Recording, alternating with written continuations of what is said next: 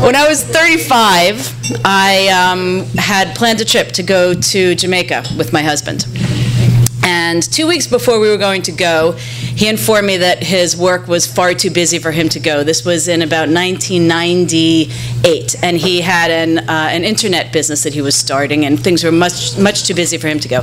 So he couldn't go.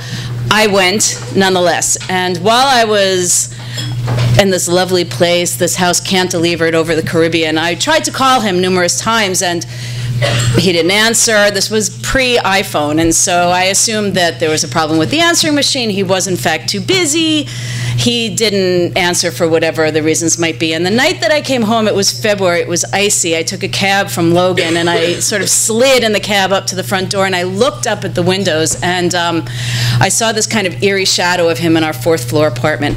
By the time I got out of the cab, he had come down the stairs. He met me on the walk, and I assumed that he was going to embrace me, and that would be our sort of renewal of our seeing each other. In fact, what he did was he shepherded me up to the apartment in this very anxious way.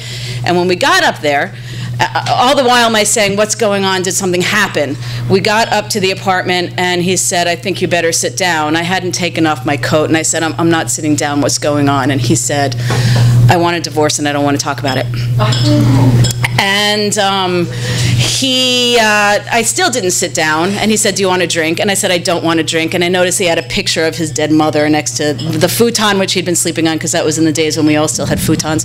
And he said, do you want me to stay tonight? Are you okay? And I said, "Why would I want you to stay? You're leaving." And he said, "Well, but I want you to know before I go that I got you all the food that you like, and the refrigerator is full." And he had, in fact, gotten tangerine juice and all this other stuff. I didn't eat any of it, of course. I went from a size 10 to a size 4 in about 2.5 weeks. And that was the last night we spent together in that apartment. He left, and over the course of about 1.5 years, we had a really very unamicable divorce.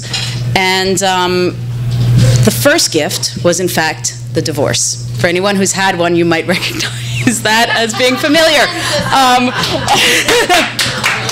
And as a result, during the course of that divorce, I got a tattoo. I got my navel pierced. I learned how to rock climb. I learned how to ice climb. I learned how to ride a bicycle with cleats. And I became a new me, which was an amazing and wonderful thing. By that time, and the reason my ex-husband left, my then ex-husband left, was actually because I was 35, he was 37, he was having an affair with his 19-year-old personal trainer, which makes it even more intriguing. And that we'll get to that. But so I rediscovered my life, and I just realized also, rediscovered my age, because at that point I was closing in on 40. And there was something that I did not have that I wanted, which was a child, and it is hard to do that on your own. And I approached a number of friends and said, would you be interested in providing the necessary requirements for me to have a child?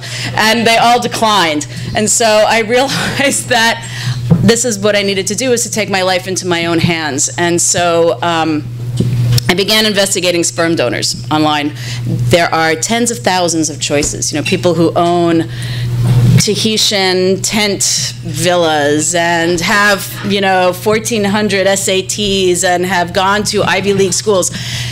And it was completely overwhelming. And I was talking to a friend of mine about it being completely overwhelming one day on a hot afternoon in her South End apartment, and she said, I think I have a friend who can help. And it turned out that a friend of hers, when she was 39, my friend Pam was the one I was talking to. My friend Pam said, my friend Carrie might be able to help. Carrie, it turned out, was someone who reached what she called biological midnight when she was 39, and decided that she then wanted to have a child, and went off and purchased 8 vials of donor sperm. And 8. And, it doesn't always work the first time when you're 39. So when the day she received these 8 vials of donor sperm, she met the man who ultimately became the father of her children and eventually her husband. So they were cryogenically frozen at a clinic in Arlington. So Pam did this miraculous bit of matchmaking and introduced me to Carrie. And Carrie and I met, Does that mean something? Oh, Carrie and I met, and oh my, Carrie and I met. We hit it off. It was a great experience. I said, look at her. She's a single mom at this point. We enjoyed each other's company. She then gifted me the sperm, gift number 2. I accepted it. No sooner had I accepted it than I, in fact, on an ice climbing trip, met the man who initially became the father of my child and eventually my husband. Shortly after that, I owned it. And then Pam, who had in fact introduced me and Carrie, she was about to hit 40. She had not met anybody. I passed it along to her. No sooner had she received it than she, at an astronomy class, met the man who became the father of her children and eventually her husband. And so this, in fact, is the story of the gifts of friendship, the gifts of a number of vials of donor sperm, the gifts of children, and the gifts of how friendship can change everything, and how, if you choose to give the gift of your own life back to yourself, things can change in miraculous and extraordinary ways.